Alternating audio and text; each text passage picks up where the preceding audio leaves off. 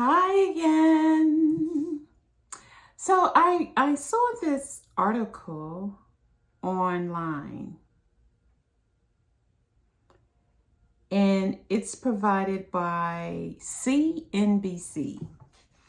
And it talked about the reasons for divorce. As you know, I want to get married, and I assume that a large percentage of you may want to too, but I do understand that at this age demographic, that a lot of women do not want to get married, but they want to be mated. Mated is similar to marriage, except it's not legal. So you can be mated to a man and live together, or you could be mated to him and live separately. But you're just as committed as a married couple is to each other. So this talks about marriage. This article is from CNBC. And it says that when the biggest conflicts divorced couples encountered are career choices, parenting differences, division of household labor, relationships with family, relationships with friends, finances, and health choices. Almost half, 46% of those surveyed said career choices were the biggest source of conflict in their marriage, and parenting differences came in at 43%. Now, this study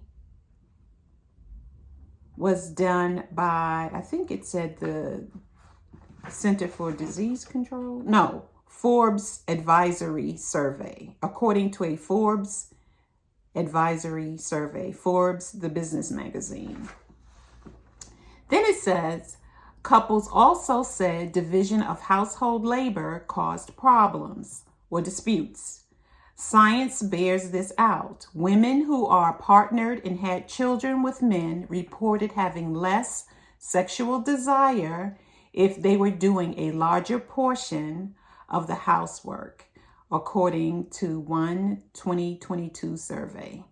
I didn't click the link to find out the name of the survey. Only 5% of divorcees say there was no way their marriage could have been saved. That's a small percentage. So what they're saying is over 50, 60, 70% of the marriages could have been saved if they had, discussed it sooner, the issue sooner, wouldn't have glossed over them.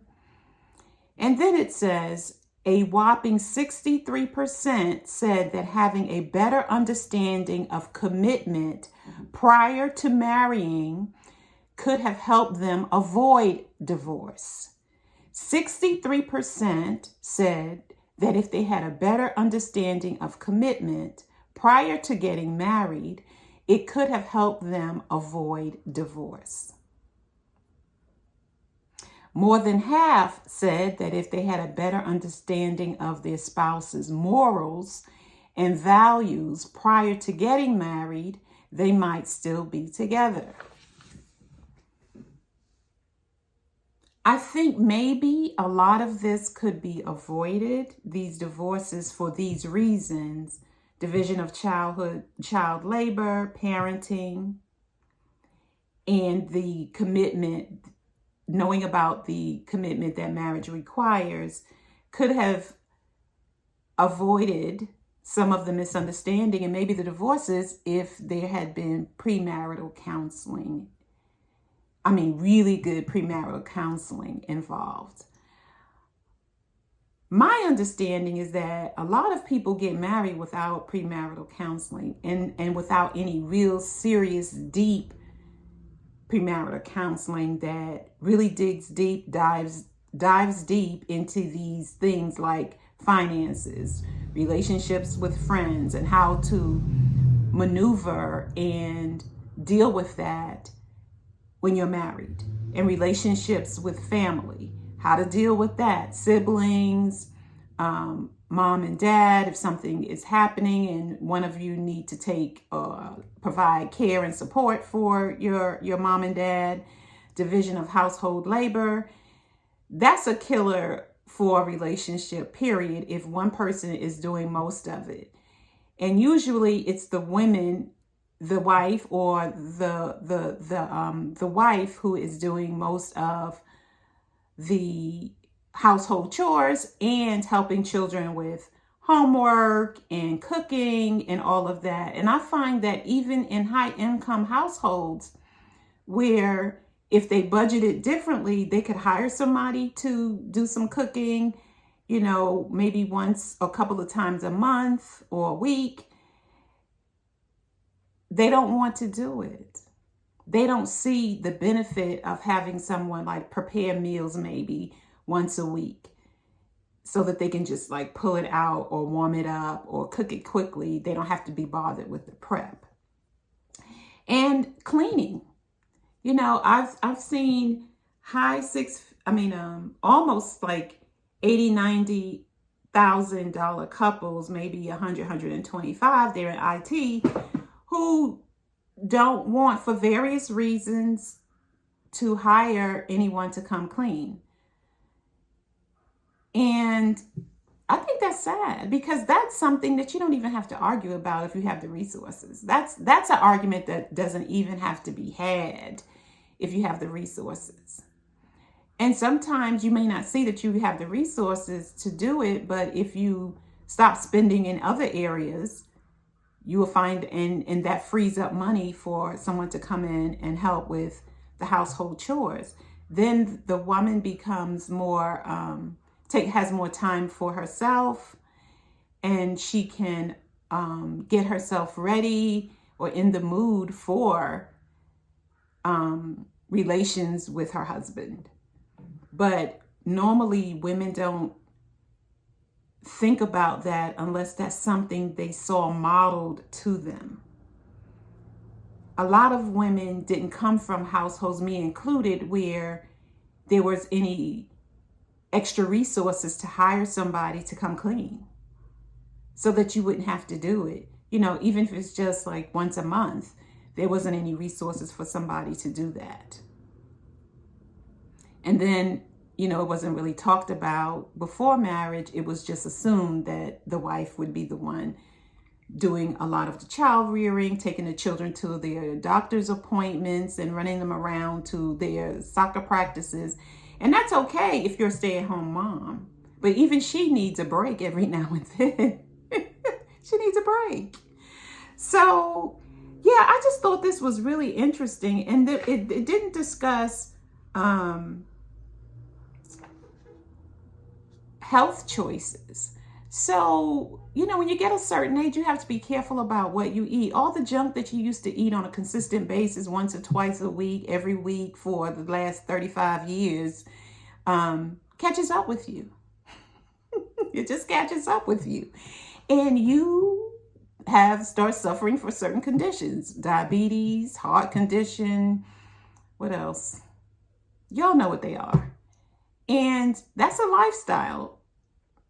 And it's a hard habit to break, but you must, or you become a burden, or there's a high likelihood that you'll become a burden to your mate, your spouse. And if you're not married and you're not mated and living in the same household, you're relying on your children to help you if you have them. And if you have to be hospitalized and you're mated, your mate doesn't even have authority to decide what your health care will be. Your children will have that authority and not your mate. So, when it comes to mating, I think I'll do a separate video on mating and my opinion of how to make that more favorable to the woman. How to make that more favorable to the woman in a mating situation, because I realize not everyone on this channel or the subscribers or viewers, and if you're a viewer, please subscribe. Thank you. if you're a viewer, if you're a viewer or subscriber, I know that a lot of you do not want to get married again or married at all for the first time. So yeah, that's what I just thought this was interesting. I wanted to share it with you. And I wholeheartedly believe in premarital counseling, because a real good session, really good program will address all of these issues that they said contribute to divorce. And maybe our marriages will last longer if we can get some really good premarital counseling. And as we go through different stages of the marriage, just both parties being willing to listen to each other, hear each other out, and go to counseling for support all along the way, because no one stays the same in their lifetime, period. So certainly not in the life of the marriage. So join my private Facebook group. It is called A Dating Playbook for Mature Women. If you are on Facebook already, you can do a search for that. If you can't find it, email me at the Hypergamous Journey at gmail.com, and I will send you a link. Hopefully it will work. I've been having a little bit of challenge getting people the link to work, even though I'm copying the link correctly and all of that. Still a little bit of difficulty.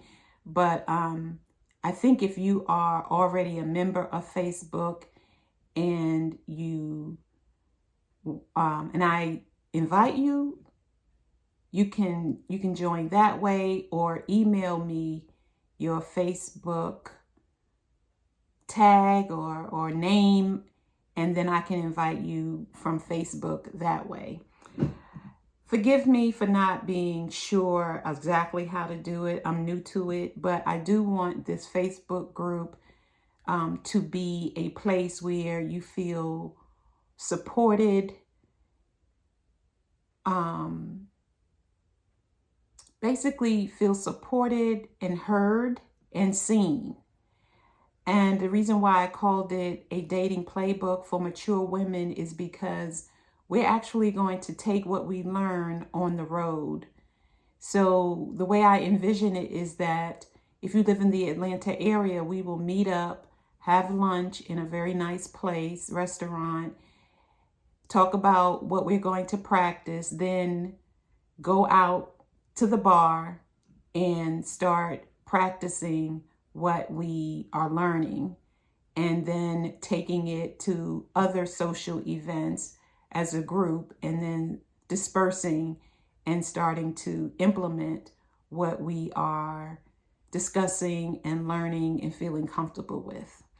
And I have Affirmation Journals on Amazon, and if you feel led to donate, Buy Me a Coffee is my donation platform, and that is in the description. And don't forget, I have the free dating guide to help you get started with dating again. And if you like that, email me at the hypergamisjourney@gmail.com, and I will see you in the next video. Bye.